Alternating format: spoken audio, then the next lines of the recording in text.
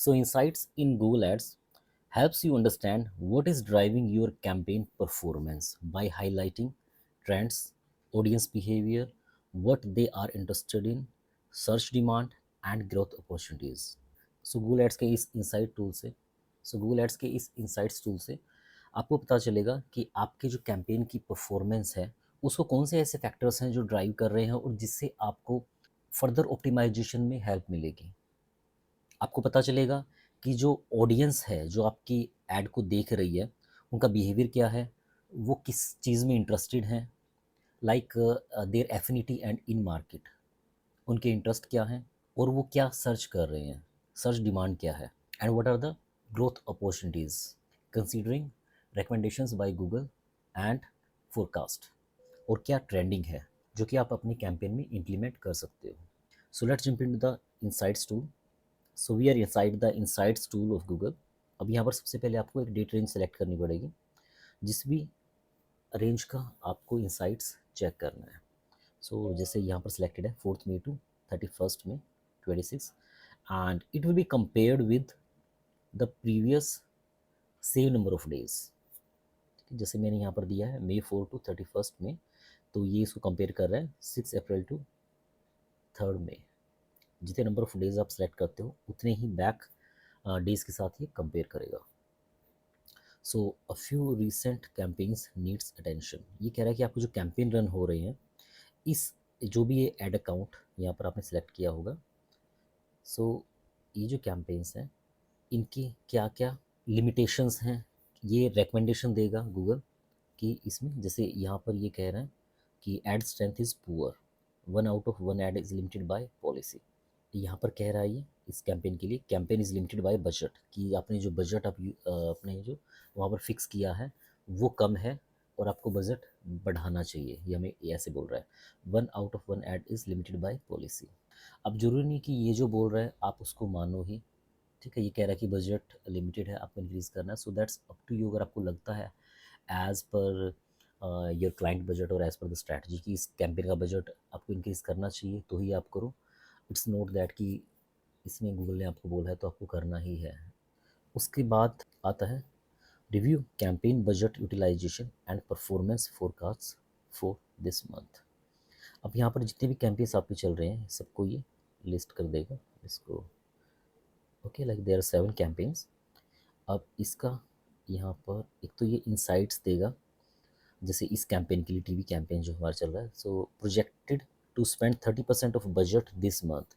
ये कह रहा है कि आपका जो मंथली बजट जो आपने डाला हुआ है उसका सिर्फ 36% ही ये स्पेंड कर पाएगा दिस मंथ, ठीक है। और अब तक कितना स्पेंड हो चुका है, इतने डॉलर, बट मंथली कितना स्पेंड होगा, मंथली फोरकास्ट क्या है कॉस्ट के लिए, this month, and this is the 36% of your monthly budget. उसके बाद फिर ये बता रहा है कन्वर्जन फोरकास्टिंग, बता रहा है कि मंथली कितने कन्वर्जन इस कैंपेन के लिए आएंगे, आ सकते हैं। ये समझो कि यहाँ पर 2 फोरकास्ट बताएगा, conversion forecast and cost forecast. So this is just forecast, ये ज़रूरी नहीं कि इतना ही होगा, दिस इज़ एन एस्टिमेट। सो यहाँ मेन जो देखने वाली बात ये है कि आपको ये पता चलेगा कि आपका कैंपेन कहीं शॉर्ट ऑफ बजट तो नहीं है, और अगर ऐसा है तो आप उसका बजट इंक्रीज़ कर सकते हो। Then overall performance across campaigns, जितने आपके कैंपेन्स चल रहे हैं ओवरऑल उनका ये परफॉर्मेंस यहाँ पर बता रहा है कि जो कन्वर्जन्स हैं that are +544% as compared to the previous number of days. Cost भी ज़्यादा हुई है इस पर, सो इट्स क्वाइट सिंपल, यहाँ पर आप कन्वर्जन्स को कॉस्ट को कंपेयर कर रहे हो प्रीवियस डेज से। And this CPA, it's projected CPA, so what you will be charged for 1 conversion, and that's projected 1। अब यहाँ पर ये अगर इसको होवर करते हैं तो ये कह रहा है कि 4 मई से 31 मई तक अकाउंट में 32 कन्वर्जन्स आए हैं, and is projected to receive 26.91 less conversions resulting in 45.09 conversions। ये कह रहा है कि जो प्रोजेक्टेड जो कन्वर्जन्स आएंगे पूरे मंथ के, दैट विल बी 45.09। हालांकि जो अकाउंट बता रहा है वो 72 कन्वर्जन्स बता रहा है, तो प्रोजेक्टेड कम यहाँ पर क्यों है, क्योंकि यहाँ पर जो कन्वर्जन गोल है दैट इज़ फ़ोन कॉल्स। अब ये कम कन्वर्जन क्यों कह रहा है प्रोजेक्टेड, क्योंकि कुछ ऐसी फ़ोन कॉल्स होंगी जिसको ये अभी भी रिव्यू कर रहा है एंड इट में एक्सक्लूड दोज फ़ोन कॉल्स। तो इसलिए ये इसने पर जो प्रोजेक्टेड कन्वर्जन्स बताए हैं वो कम बताए हैं, बिकॉज मे बी कुछ जो फ़ोन कॉल्स हैं उसको ये कन्वर्जन में at the end of the month नहीं शो करे, नहीं इंक्लूड करे। Performance highlights in your account, your top performance and significant performance changes in your account. तो जो टॉप परफॉर्मिंग है वो ये बता रहा है कि आपको जो भी कैंपेन चल रहे हैं इसमें से टॉप परफॉर्मिंग कौन सा है। जैसे हमारा ये आईफोन का है, then TV search as per the number of conversions ये बता रहा है। अगर आपको कन्वर्जन्स की बजाय you have to go with clicks, तो ये क्लिक्स के अकॉर्डिंग बता देगा कि टॉप परफॉर्मिंग कौन सा है। आपको कॉस्ट के अकॉर्डिंग करना है कि किस पे ज़्यादा स्पेंड हुआ है, तो ये भी ओके भी चेंज हो गया है। But the main thing is conversions, so will see according to the conversions. तो आपको पता चलेगा कि आपका कौन कौन सा कैंपेन ज़्यादा परफॉर्म कर रहा है, देन सेकंड पे कौन सा है, थर्ड पे कौन सा है। टारगेटेड लोकेशंस, लोकेशन वाइज क्या परफॉर्मेंस आ रही है, कितने कन्वर्जन्स आ रहे हैं, वो आप यहाँ पर चेक कर सकते हो। So you will get to know कि कौन सी लोकेशन कैसा परफॉर्म कर रही है, टॉप परफॉर्मिंग कौन सी लोकेशन है, एंड उसके according then you can change your strategy कि जिस पे ज़्यादा अच्छा परफॉर्मेंस आ रही है, so you can increase budget of that particular campaign for that particular location. तो ऐसा आप कर सकते हो यहाँ पर। व्हेन योर एड्स शोड, अब एज पर द डेज आप देख सकते हो कि क्या परफॉर्मेंस आई है, किस दिन ज़्यादा कन्वर्जेंस आए हैं।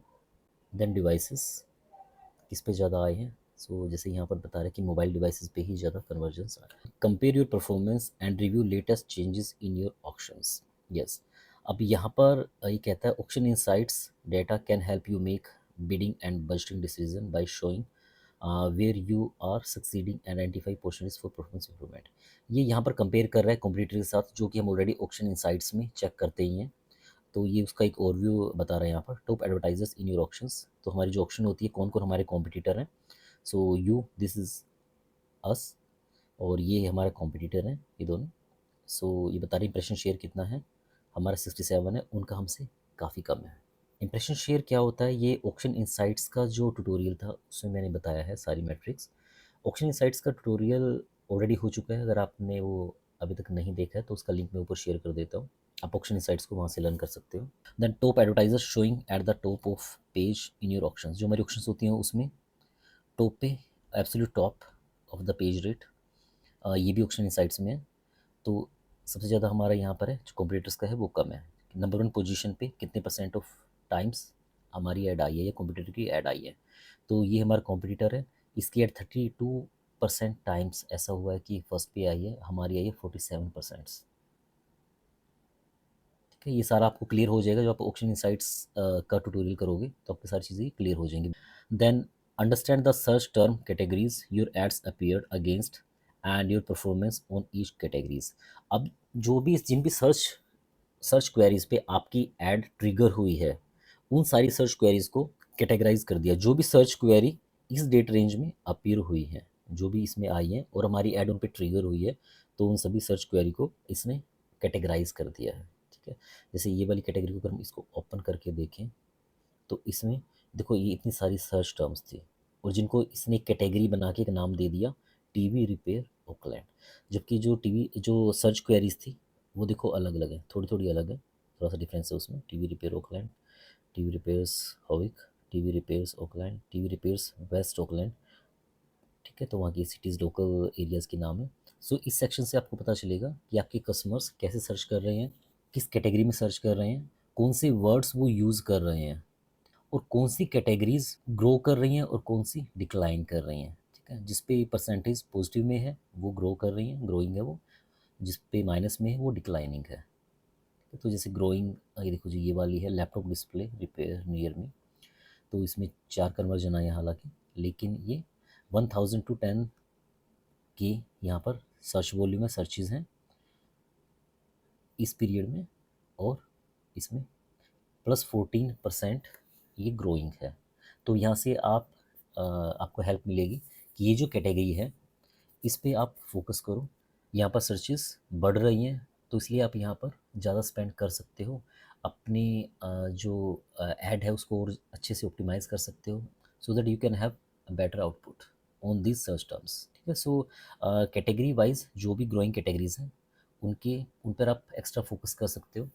अब जैसे ये वाले देखो, -24 टीवी रिपेयर्स, ठीक है, काफ़ी डिक्लाइन आया है इसमें। So will get to know कि उसमें सर्चेस कम हो गई हैं। The next, understand your top audience segments, their performance and how unique they are for you. जो आपकी ऑडियंस है, जो आपकी ऐड को देख रही है, क्लिक कर रही है, उनको गूगल ने सेगमेंटेड कर दिया है। अब कौन कौन से सेगमेंट्स हैं यहाँ पर और उनकी टाइप क्या है वो देखते हैं। क्लिक्स को टैप करते हैं। देखो यहाँ पर ये वाले ऑडियंस सेगमेंट है, जो आपकी ऑडियंस है उनको इन सेगमेंट्स में डिवाइड कर दिया है उसने। Android phones, mobile enthusiast, iOS phones, mobile phones, high end computer mobile phones. So और भी कैटेगरीज हैं यहाँ पर, ठीक है। टेक्नोफाइल्स है, शॉपिंग एंथुजियास्ट है। तो इसमें इसने उनको कैटेगराइज कर दिया है, सेगमेंटेड कर दिया है। और इनकी देखो टाइप भी है। एंड्रॉयड फ़ोन्स इन मार्केट, मोबाइल एंथुजियास्ट एफिनिटी, फिर ये दोनों फिर इन मार्केट, फिर एफिनिटी।